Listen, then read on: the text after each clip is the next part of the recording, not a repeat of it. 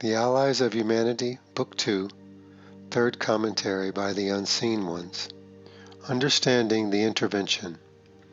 As revealed to Marshall V. N. Summers, December 18, 1998 in Boulder, Colorado.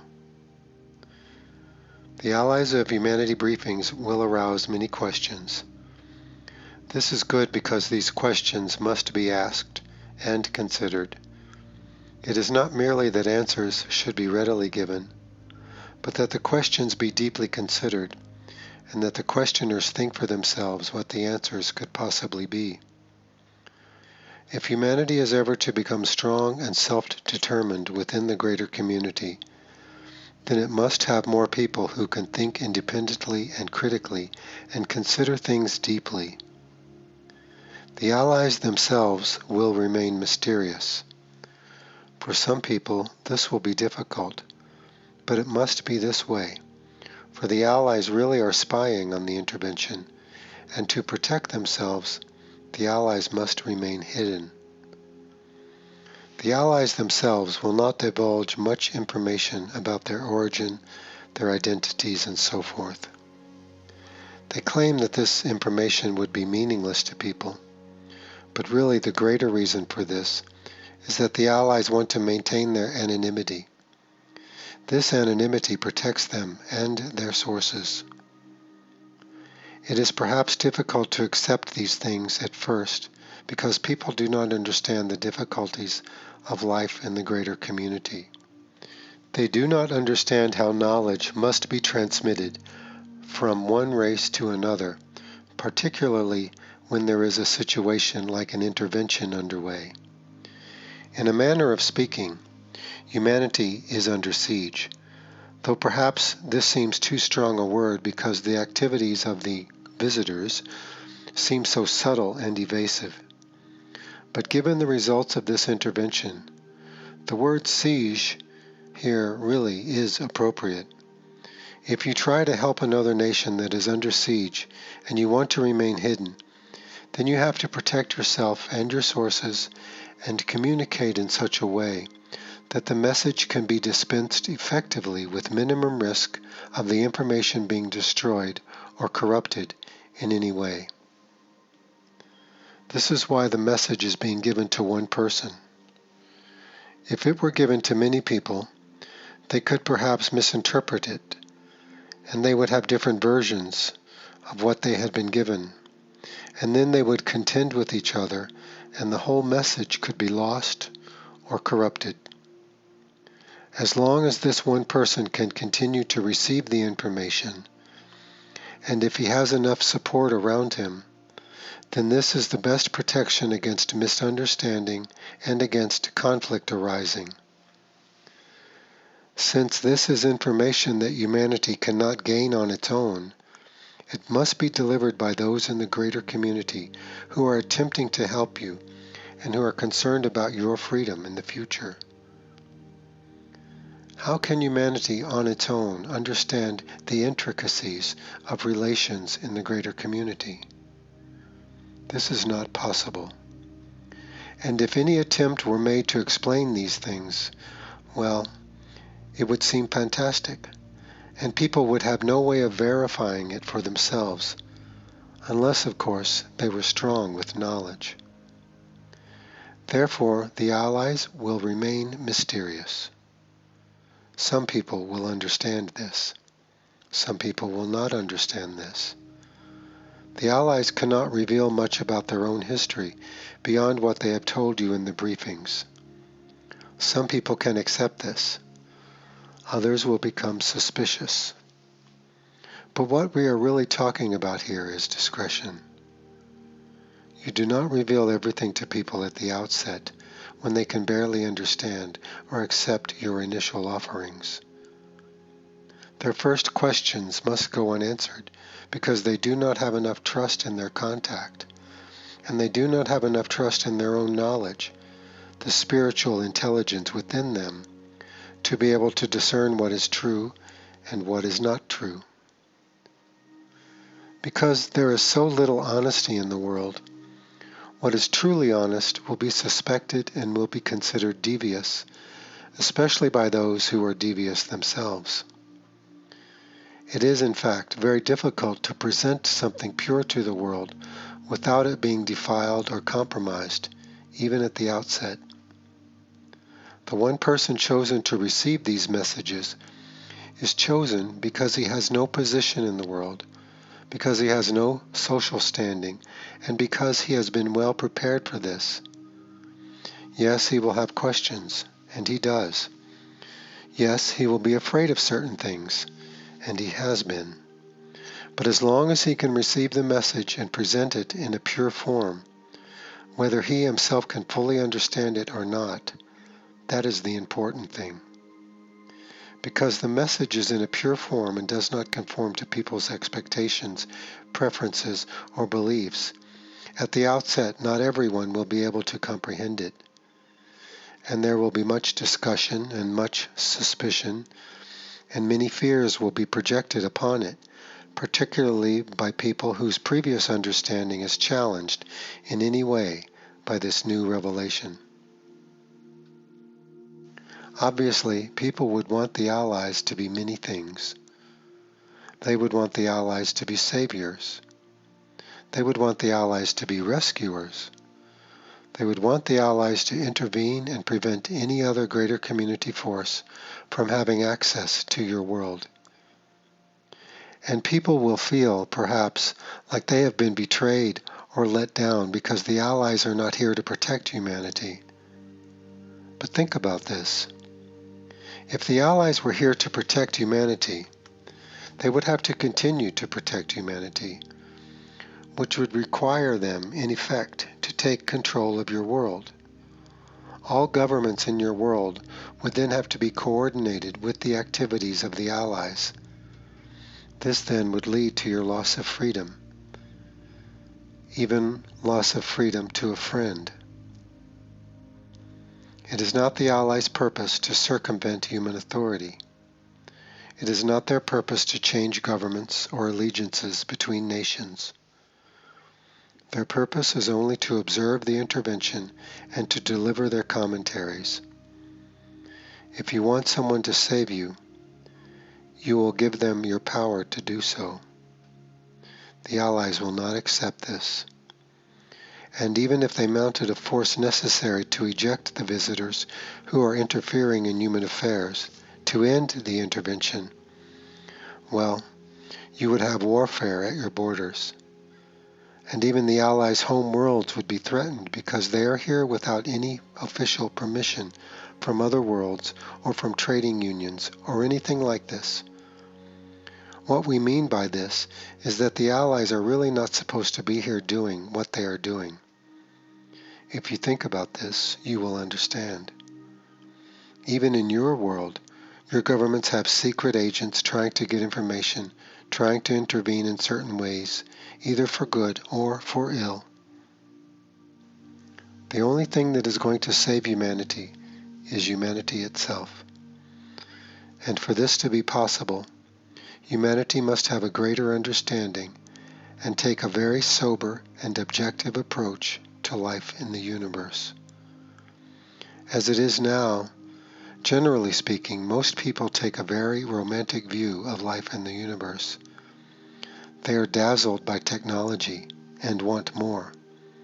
They think contact will bring them untold benefits. They think that advanced nations will teach humanity how to live in peace, how to maintain the environment, and how to elevate the standard of living for people everywhere. Think about this. Is this possible? Do you think people want to have their lives changed and controlled by unknown forces? The visitors may promise these things because it feeds right into people's expectations and desires. The visitors tell people, "Oh, of course, we will give you peace and equanimity. We have no war." Do you wish to give over the authority of your life and have your life and circumstances completely controlled for a mere promise of greater technology or a promise of peace and equanimity in the world? There is peace in the prison because everyone is controlled. But is this really peace? Or is this simply the restraint of war? Then there are people in the world whose financial positions will be threatened by the intervention, and they will either resist the intervention to protect their wealth and their privileges, or they will attempt to unite with the intervention for their own benefit. Their uniting with the intervention represents a very dangerous scenario, and one must be quite sober and objective to deal with it effectively. Many people will simply go into denial and say, "Well, this can't possibly be. I don't believe this. Advanced civilizations don't behave like this. And if they are here, they could help us, and we should welcome them." And of course, there are many people who simply cannot even consider these things because the reality of the intervention is beyond their range of comprehension entirely. Life in the universe? Well, fine, maybe at the far ends of the galaxy, but not here. And then there will be people who will say, "Oh, these allies are right. We have to defend ourselves. Let's build bunkers and live underground and store up weapons and mistrust everyone and everything." So, it is possible that the Allies' briefings may create some hysteria. It is certain there will be denial. It is certain they will be condemned and attacked by people from different viewpoints. But this is the risk that must be taken when a vital message is delivered into your world or into any world. Can the truth be received here without anxiety and condemnation? Well, look at the history of the great spiritual teachers who have become public with their messages. That gives you a very good demonstration. A few people are reached, and many are outraged. There will be outrage over the Allies' briefings, but a few people will be reached, and they will be able to reach other people. And over time, a new understanding and awareness will slowly work its way into the human consciousness. This awareness is vitally important, for humanity is grossly unprepared for the greater community. So unprepared, in fact, that the situation has become rather desperate. Something has to be done, or humanity will give away the keys to the kingdom freely, openly, with very little question. Look at the history of the peoples of your world, the native peoples of the world, those who simply acquiesced and said, "Oh yes, fine, welcome, move on in. We'll live here and you can live over there, and everything will be fine." Look what happened here. Is this new scenario really very different? It is a very difficult situation to be the race that is discovered, to be the natives of a new world, being visited by others who seek the values and wealth and opportunities of the new world. Such is the predicament that humanity is in now. Yet, is this a great tragedy? It could become a great tragedy, depending on how people respond.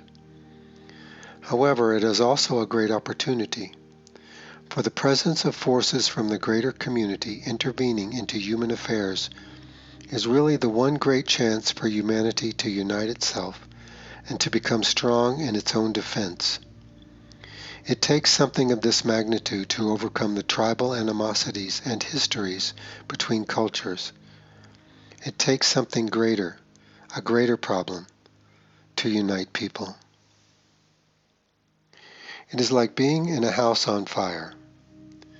If people in one room won't speak to people in another room, and the people upstairs hate the people downstairs, and the house is on fire, well, you either help each other or you perish. The world is like a house on fire. It is on fire through environmental degradation and through increasing conflicts between nations and cultures. But the greater fire in the world is the presence of the visitors. The greater fire is the intervention. Humanity can deal with these other problems, though it has not done so sufficiently yet. But can it deal with the presence of those from beyond the world who possess skills that humanity has not yet cultivated? You can clean up your own backyard. You can change the structure of government. You can slowly, with great difficulty, bring greater justice into the world, and indeed this must be done. But can you deal with the reality of intelligent life from beyond your world without romance, without hopeful expectation, without greed? Can you deal with this objectively and honestly?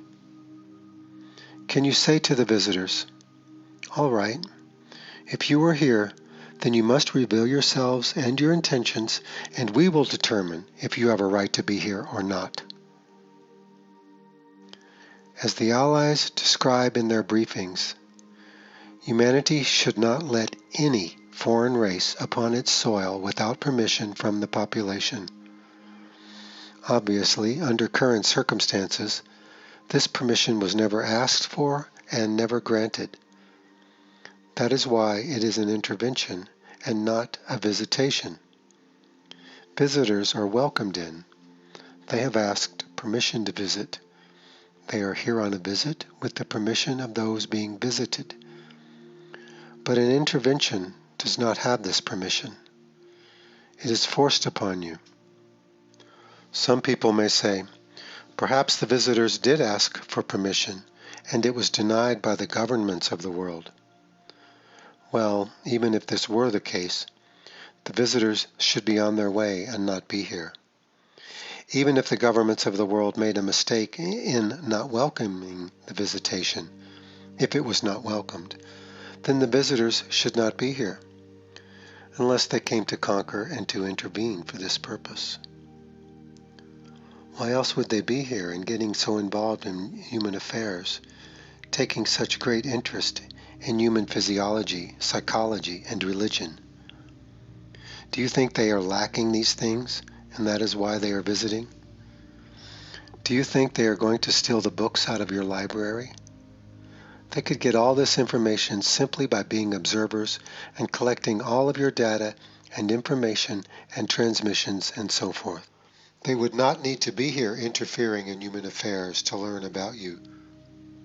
Some people think, well, they need our reproductive abilities, or they need our spirituality, or they need our emotions, or they need our religion. This is all foolishness. This is turning a blind eye to the obvious. Why do nations interfere with one another? Think about this. It is no different in the greater community. The obvious is being missed. People want to think of it in other ways because it is easier to deal with. For goodness sakes, yes. Some people say, oh, they are here because they need our help. They need our blood supplies, or they need our religion, and we will help them, and we will feel so good about ourselves, and they will be so grateful. Some people think, well, they are here to bring us new technology and help us end pollution. Do you think people in governments would use this new technology in such a way? Nations in the world would step upon each other to have this new technology for superiority and strength because nations are competing with each other. Some people say, well, they are here because they want to study us. Why would they want to study you? They could study you by receiving your transmissions, which are being projected out into space. Your information is very accessible. It does not require them to be here to study you. And why would they want to study you anyway? Why would so much time and effort be spent in studying human beings? Do you think this is a science project? Do you think this is a cultural exploration? Do people think that humanity is so fascinating, so marvelous, and so remarkable that other races would spend this kind of time studying you? The only reason that races are studied is for economic or political advantage in the greater community. And these races are studied without their permission. Would you want someone to say, we would like to study you? Would you be our laboratory experiment for the rest of your life? We will try not to harm you. Would you agree to that? Especially if you found out that you were being used in order for your investigators to take advantage of everything you are and everything you have? Many people think, well, the visitors are here to help us. But really, they are here to help themselves, and people are making it very easy for them to do this. So you might ask, well, why aren't more people aware of this? The answer to that is difficult because it deals with several different factors. The first is people's cultural conditioning and religious conditioning that really do not allow for the reality of intelligent life in the universe, regardless of their perhaps liberal views on the subject. When it comes right down to it, there is no place in human awareness for life in the universe, unless it is at the level of a primitive life form, of course. A piece of bacteria is fine. An intelligent race intervening in human affairs is not fine. The governments of the world will not reveal what they know because they have no defense. And the defenses they do have, they cannot fully employ without notifying the public. And they do not trust the public, their own populations, to support such an effort without going into panic. When the government of your country publicly announce, we have an intervention going on from races beyond the world. We don't really understand their technology. We are not sure of all of their activities, and we have no defense against them. People think they should be told, but most people could not handle it. They could not take it in. They would run and try to hide somewhere. They would think the end of the world was at hand. There are people who are aware of the intervention, but say, well, we must be very careful not to come to any premature conclusions here. I mean, we have to gather more facts. We need more evidence. Really? For what? Can't you just see this and know this for what it is? Are you going to spend the rest of your life piecing it together in little tiny pieces? This is not a science experiment. This is the interaction between life forms. If you were diagnosed with a serious illness, would you want to become part of a laboratory experiment? Or would you want to get cured? You would likely want a path of healing established as soon as possible, and if you were sincere about relieving yourself of your illness, you would give it all of your attention. But certain people treat the intervention as if it were a science experiment, and they are going to take a very long time and piece it all together, and they don't want to be wrong.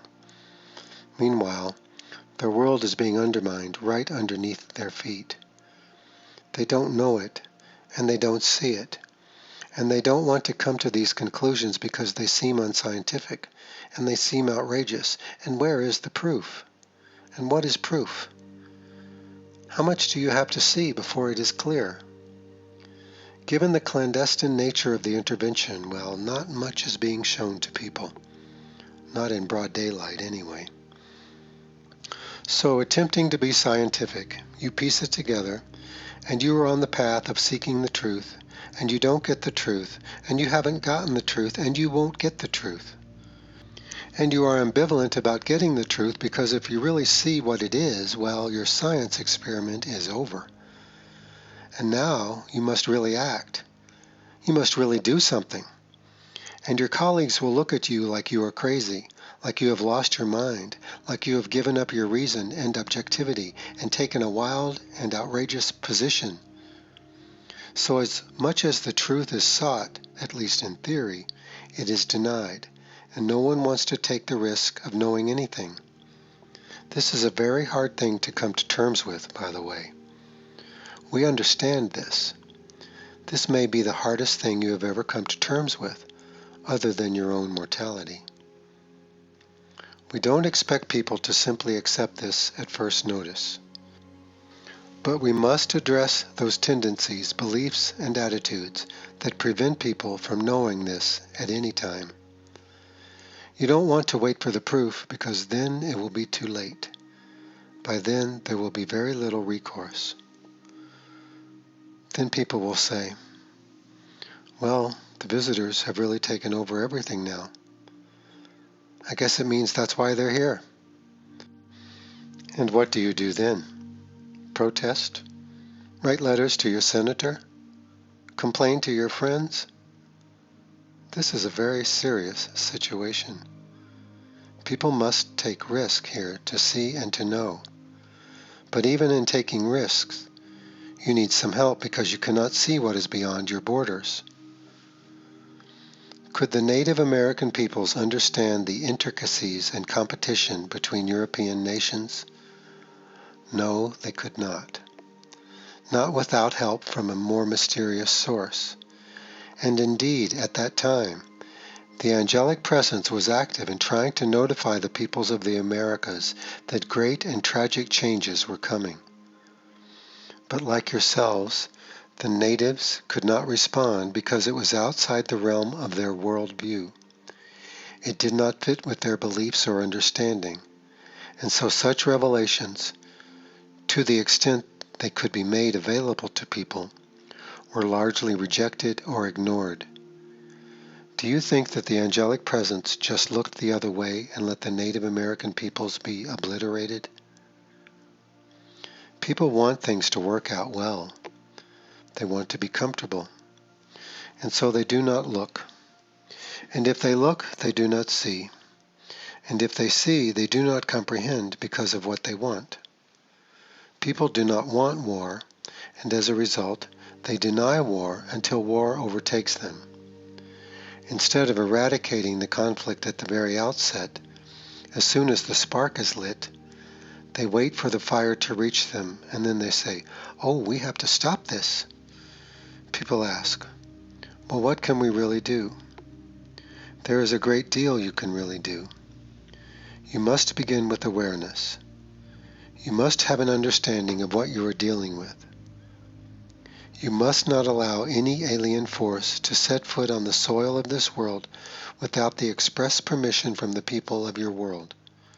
You have these rights. You must exercise them. Here it is necessary to take a very prosaic view of life in the universe. Look up at the stars. They are physical. This is not the heavens you are looking at. This is not your heavenly state. Everyone in the universe living in physical life must deal with the rigors of physical life: survival, competition, hardship, deprivation. Technology does not end these requirements and these difficulties. In fact, it can make things even more complicated. It solves some problems and creates others. You must have an adult view of life in the universe. If you have an adolescent view, you are not going to understand, and your lack of comprehension could truly be tragic. The awareness must be established. This is the purpose of the Allies briefings, to establish the awareness, not to answer every question, not to give you a complete understanding, but to give you an awareness. Gaining an awareness is being alerted to something. It does not mean all your questions regarding it are answered or even addressed, but it does mean you are aware of something. The Allies' message is very simple and very short, and in many ways very general, because it is here to arouse awareness and to correct misunderstanding. That is its purpose. Beyond this awareness, there must be a development in spiritual understanding, an awareness of the mental environment, and the willingness to establish greater cooperation between nations and cultures. This is a worldwide problem. It is not a problem for Americans or British or Chinese. It is a worldwide phenomenon. The intervention does not prize one race over another, except insofar as one race can help achieve the intentions of those who are intervening. In this there is much emphasis on America because it is the most powerful, influential nation. But this is a worldwide phenomenon. You as human beings are being challenged. Your right to be here, your right to be free and self-determined in the universe, is being challenged. Those who are intervening in human affairs believe that you cannot rule yourselves and that you will destroy the world, and so they feel that it is their right and privilege to intervene. Their attitude is, well, these human beings, look at them. They are like animals. We will bring order and structure here. And some people will think, oh, that is wonderful. Finally, we will have order and structure. Do you really want order and structure imposed upon you in this way and to this degree? This is not the way that humanity will advance or become elevated. This is not the way humanity will establish cooperation and peace within the world. Do you want to be occupied? Because that is what you are facing.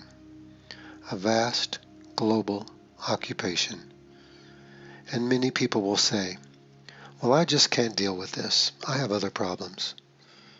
We say, what other problems do you have that are more important than this? Yes, there are other things in everyone's life that must be dealt with and resolved, but not at the expense of this awareness. This is the most important awareness that one can have in life, in this world, at this time.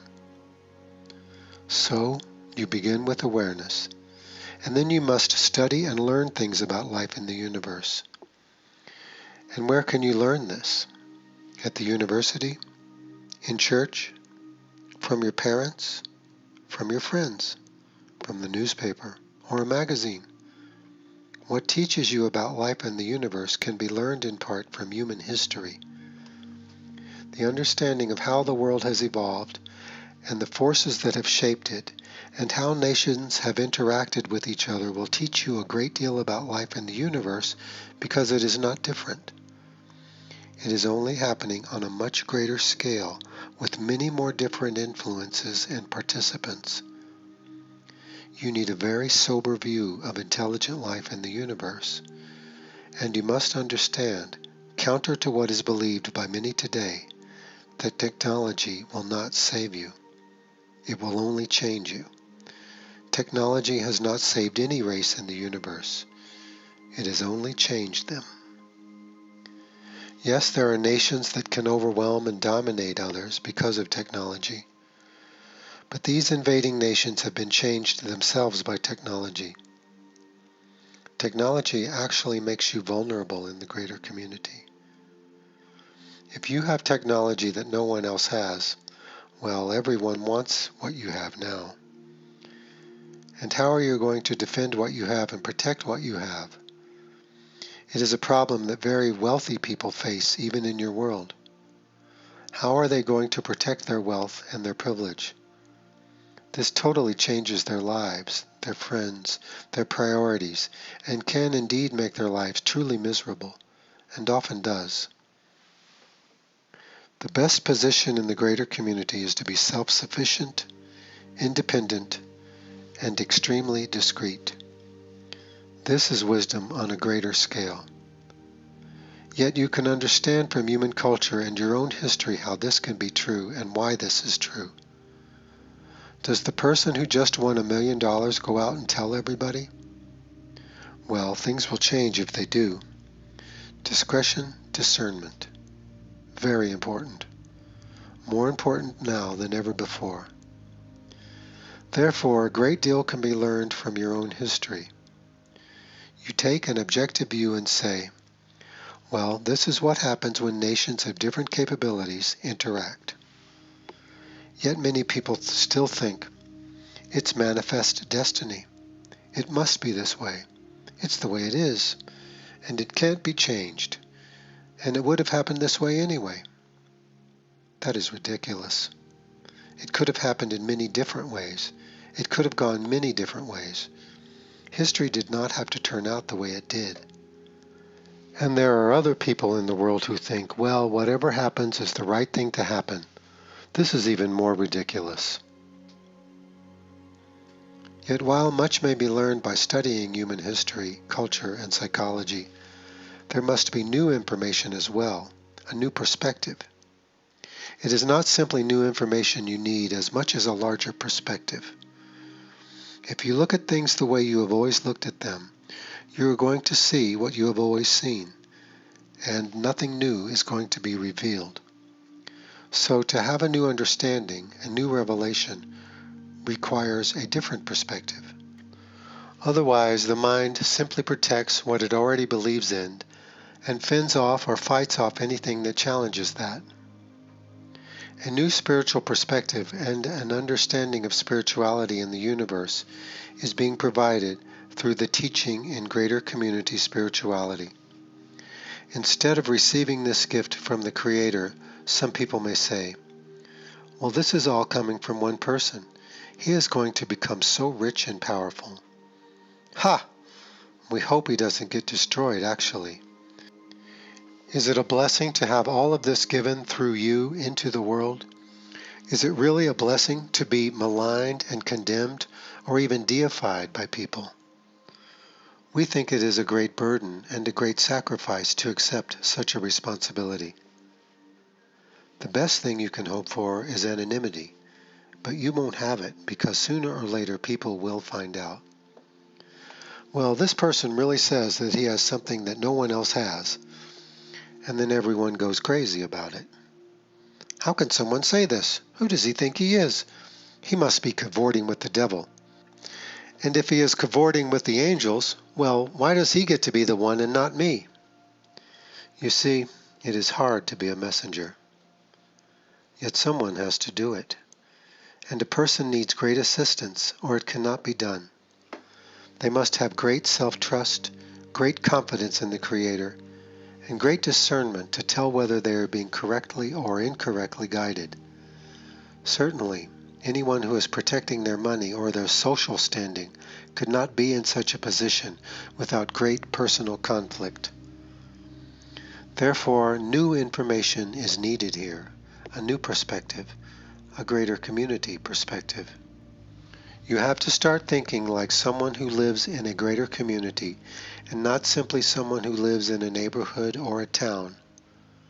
Perspective can be learned, and when you gain a new perspective, particularly a greater perspective like this, well, you can see and know things that simply were not obvious before. And these things will not be based upon speculation, but upon clear observation. At some point you will say, well, of course no one should be visiting us without our permission. That becomes obvious. Right now, people never even think to ask that question. Well, I don't know. At some point you become aware that spiritually advanced races do not go around intervening in other people's worlds. They may send messages through observers, like the Allies of Humanity, but they do not intervene. The spiritually advanced in the universe do not do that, regardless of their cultures, their worlds, their temperaments, or their natures, because this is wisdom, and wisdom is universal. So just because someone can fly in a spacecraft and get here quickly, relatively speaking, to think that they are spiritually advanced, well, that is ignorance. So when you gain a greater community perspective, you realize that the wise do not intervene. The wise do not come here and change everything. There are circumstances where genetic material will be given to an evolving race. But that is not what is occurring in the world at this time, we can assure you. Humanity has everything it needs to be successful. It does not need advanced technology. It does not need alien genetic material. Anyone who tries to tell you otherwise is either part of the intervention or is unwittingly supporting it. Humanity needs a new perspective, but within you and within the human race is the seed of knowledge, your spiritual mind. This knowledge is ancient and has been with you all along. If you can discover it, it will reveal to you what you need to know and what you need to do. Everyone who is born into the world today is born with the potential for understanding the greater community, because this is the time when humanity gains contact with life in the universe, which we call the greater community. This understanding is in you already. If any alien race tells you, Well, we are here to enhance your genetic code. You must not believe this. It is not true. If you really want to be a laboratory animal, if you really want to be subjected to an occupation, if you think this is what it means to have contact with life in the universe, then what is going to change your mind? Experiencing the occupation and waking up one day and saying, "My God, I am no longer a free person and I have no recourse." Is it too audacious to say that this is the most important problem in the world and that God has given an answer and the answer has been given in a teaching? Is it too audacious to say that this is the most important problem in the world and God has given an answer and the answer is being given through one person? How else would the answer be given? Would it be given to 100 people? The message would never get beyond them if it did. When Jesus came, were there 100 Jesuses, all competing with each other? Well, my Jesus is the real Jesus, but yours is not. That is not how revelation is brought to the world because it does not work. We are beyond the world. We are the angels. So we can say audacious things and then go somewhere else. We don't have to deal with the repercussions. We just deliver the message and people either go crazy with it or they become illuminated by it. But we're somewhere else. It does not affect us. However, for the messenger, it is another story. He has to face all of the reaction that will occur. It is not an easy job. Be glad that you are not given this job. But understand that as your realization occurs, you will have to advocate for this awareness too. You will not have the difficulty that the messenger has, but you will face all the things that we are talking about. You will see the effects of the intervention. You will see the effects of the pacification program. You will see how listless people are, how critical they are, and how much they are in denial. And all of their outrage, and all of their suspicion, and all of their fear, and all of their avoidance, you will see. It will be as clear as day. And you will understand then how revelation occurs in the world. When the message has to be given and time is of the essence, this is how it occurs. This is the difficulty. This is the challenge. The real problem ultimately is not with the intervention, though that is a real problem. The bigger problem is human response ability, the ability of people to respond, the lack of response, the ignorant response, the negative response. If people cannot respond, well, the world will be given away. There are not many visitors here in the world.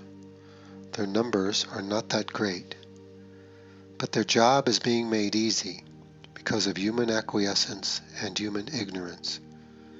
Again, the response, the ability to respond, responsibility. If there is no responsibility, well, people will not respond, and the occupation will happen right beneath their feet. And people will think, "Oh, well, something is going on in the world. Things certainly are changing." And it will seem to be okay until they find out what it really is. That is why at this time an urgent message is being delivered. The awareness is the first thing. Then you must learn about life in the greater community, which you can begin to do by looking at your own world objectively. Then you must begin to gain a greater community perspective and learn about life and spirituality in the universe. This is now being presented in the teaching on greater community spirituality. Not everyone will be able to learn this teaching, but enough people in many places will need access to it in order to comprehend what is going on. Humanity could end the intervention tomorrow if it were informed and aware. Humanity could prevent a future intervention of this kind if it were informed and aware and united. People are so preoccupied with themselves that their borders are undefended. Oh yes, they have borders between each other, tremendous borders, walls and resistance and hostility. But your borders to space are undefended. You have no walls to prevent the outside from coming in because you do not think there is an outside that can come in or that will come in. This then is a time for courage, trust, and honesty. Time for a real reckoning within yourself. Read the Allies briefings and ask yourself, what do I really know? Not, what do I want? Or what do I prefer? Or what do I believe? But, what do I really know here? Is this really happening? Consult knowledge within yourself if you can, not your ideas or your fears or your beliefs, but something deeper within you. That is where the real confirmation will happen. And it will take great courage to ask this because this awareness will change your life. It will set you free, and it will give you direction. But you must be willing to have this change within yourself. This is the revelation that happens within each person. It is much resisted, much delayed, but if it can take place, it is the most valuable thing. We send our blessings to you and ask that you receive this counsel and consider it for yourself. For you must make the ultimate decision. We can only inform. We cannot control. The presence of the teachers is with you.